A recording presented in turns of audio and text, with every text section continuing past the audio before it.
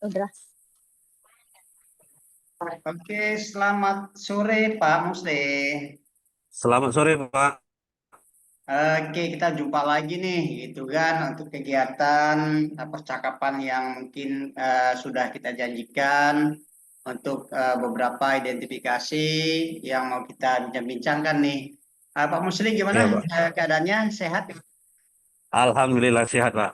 Oke, terima kasih atas waktunya. Mudah-mudahan kita tetap diberi kesehatan. Jadi, kira-kira nanti eh, apa sih yang bisa saya bantu untuk mengembangkan potensi yang bagaimana gitu yang mungkin Bapak harapkan gitu Pak. Oke, terima kasih, Pak. Jadi, dalam pembahasan kali ini, saya sebagai coach, jadi saya ingin mengembangkan kompetensi yang saya miliki, yaitu Mhm, di bagian di dalam coaching ini, saya ingin eh, mhm. bagaimana saya bisa memberikan pertanyaan-pertanyaan yang berbobot kepada coach Oh, saya nanti, Pak. oh jadi eh, yang saya ingin amati dari Bapak adalah bagaimana nantinya Bapak melakukan coach dengan pertanyaan-pertanyaan yang berbobot gitu ya Pak ya. Iya, Tentang Pak. mungkin menjadi sebuah tantangan bagi Bapak tersendiri. Bagaimana sih menciptakan sebuah pertanyaan-pertanyaan umpan balik yang berbobot gitu ya Pak ya? Yang mungkin yang eh, perlu saya amati dari kegiatan-kegiatan supervisi atau coach yang akan Bapak lakukan nantinya gitu ya Pak ya. Iya, Pak. Kira-kira eh, dari pengembangan itu, kenapa Bapak memilih tentang pengembangan diri Bapak untuk bisa membuat pertanyaan-pertanyaan berbobot? Apa sih yang menurut Bapak menjadi sebuah kekurangan atau menjadi sesuatu yang perlu dikembangkan di diri Bapak? Kira-kira kenapa itu yang mesti ditujukan tentang pertanyaan-pertanyaan yang berbobot menurut Bapak?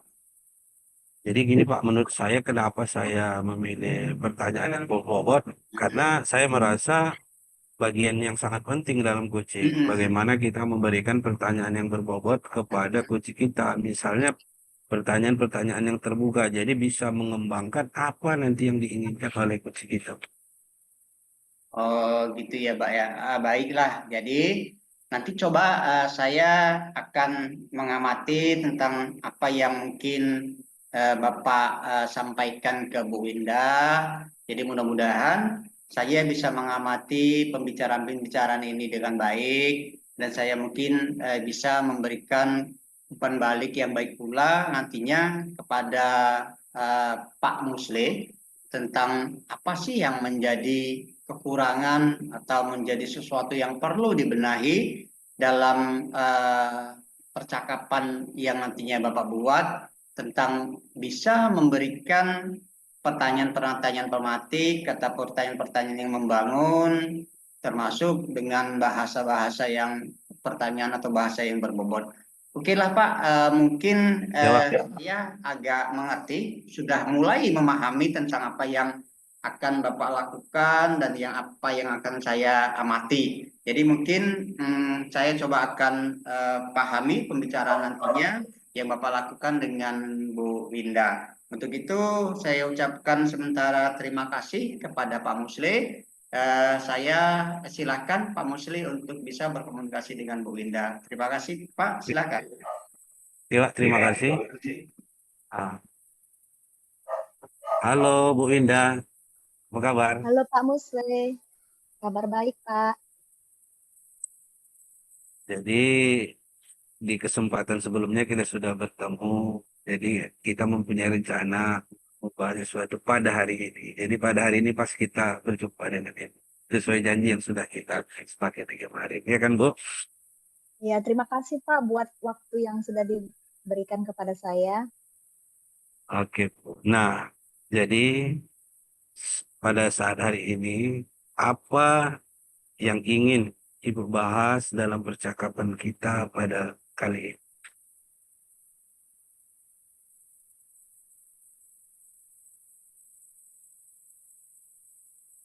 Gini Pak, saya mau membahas mengenai tingkat kedisiplinan siswa yang masih rendah, terkhusus di kelas 9A di mana saya wali kelasnya.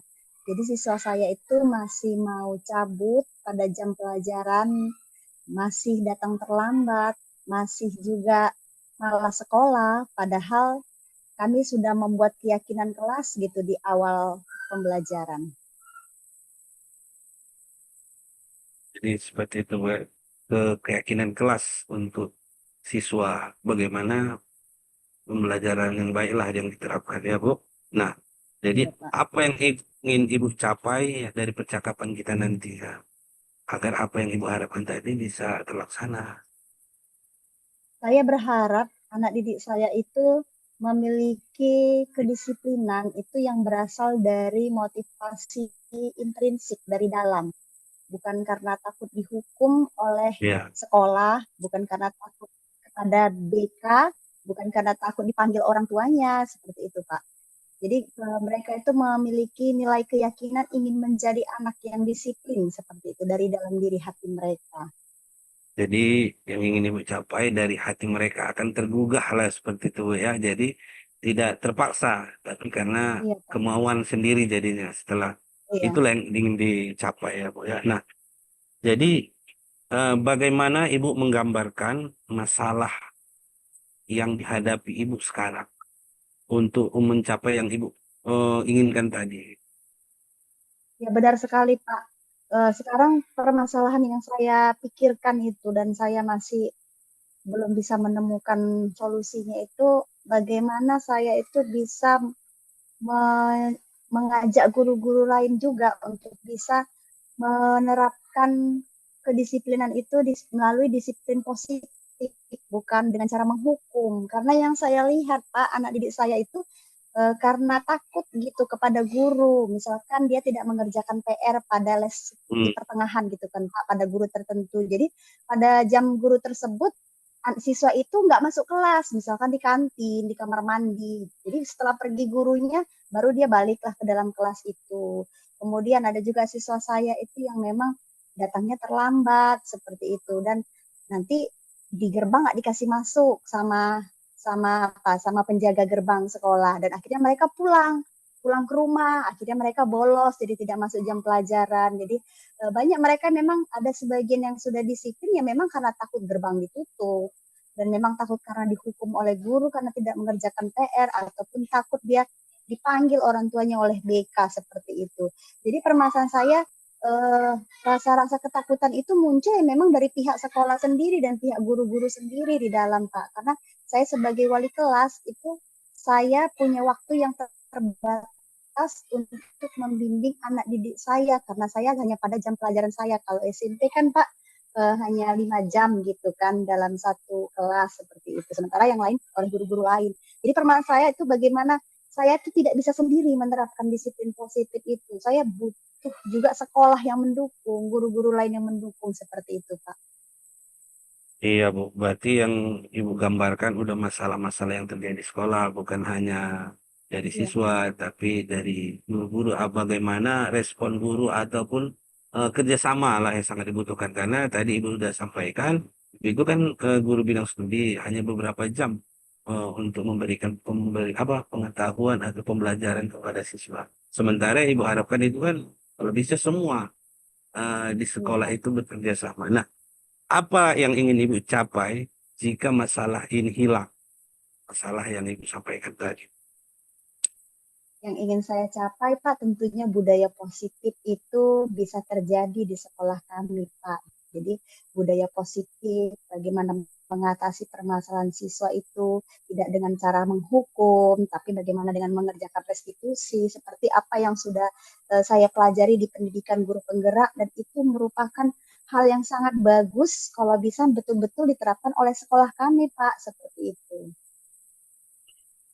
Jadi itu harapan atau yang ingin dicapai ke masalah itu hilang. Nah, jadi kira-kira Bu, apa faktor yang menyebabkan itu bisa terjadi? Yang dengan harapan yang Ibu capai tadi. Apa kira-kira penyebab faktornya? Faktor penyebab itu bisa terjadi, saya pikir mereka memang harus dipahamkan. Saya pikir memang Pak Hmm, guru-guru itu itu dia.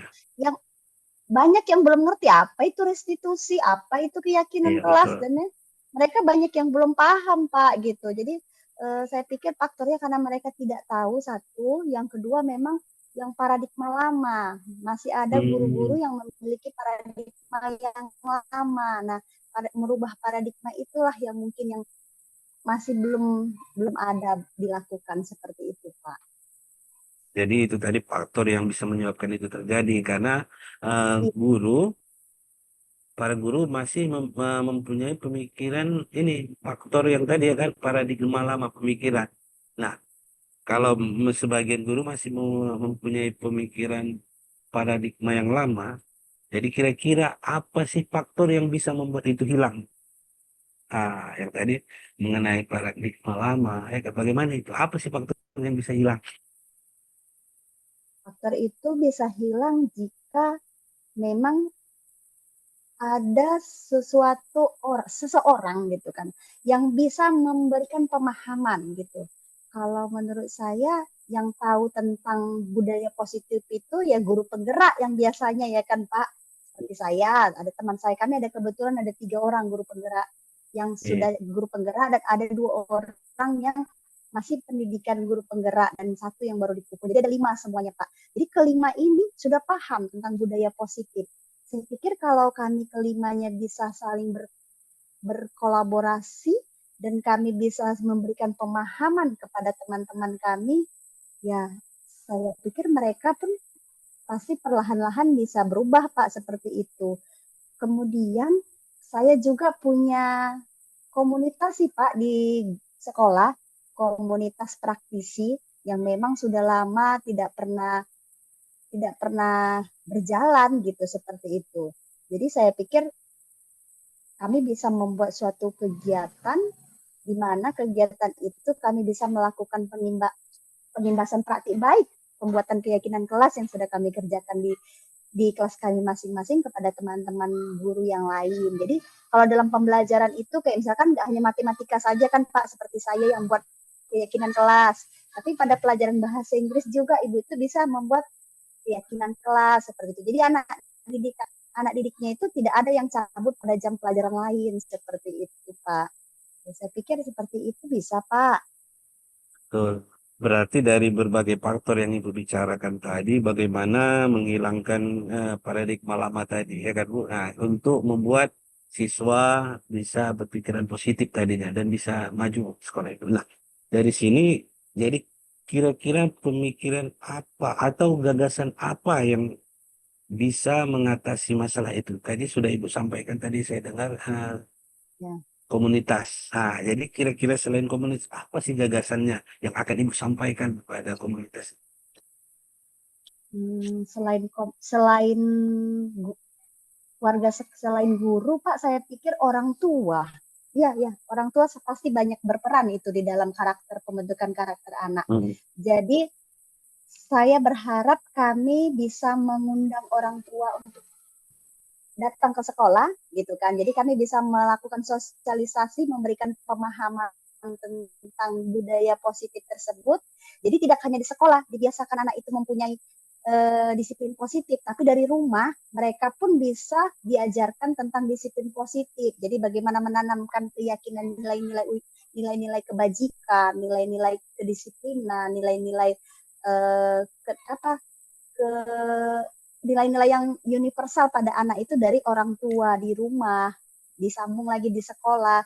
Saya pikir kalau sudah terjadi kerjasama antara orang tua dan guru, saya pikir itu bisa berjalan dengan lebih baik sih, Pak. Ah, luar biasa, Bu. Nah, tadi sudah saya dengar ah, yang Ibu sampaikan bagaimana istilahnya mengatasinya dengan berbagai cara. Salah satunya tadi kan komunitas. Selain komunitas kan guru-guru dan juga melibatkan orang tua. Berarti kan ada saling kerjasama. Nah, saya rasa itu sudah sangat baik.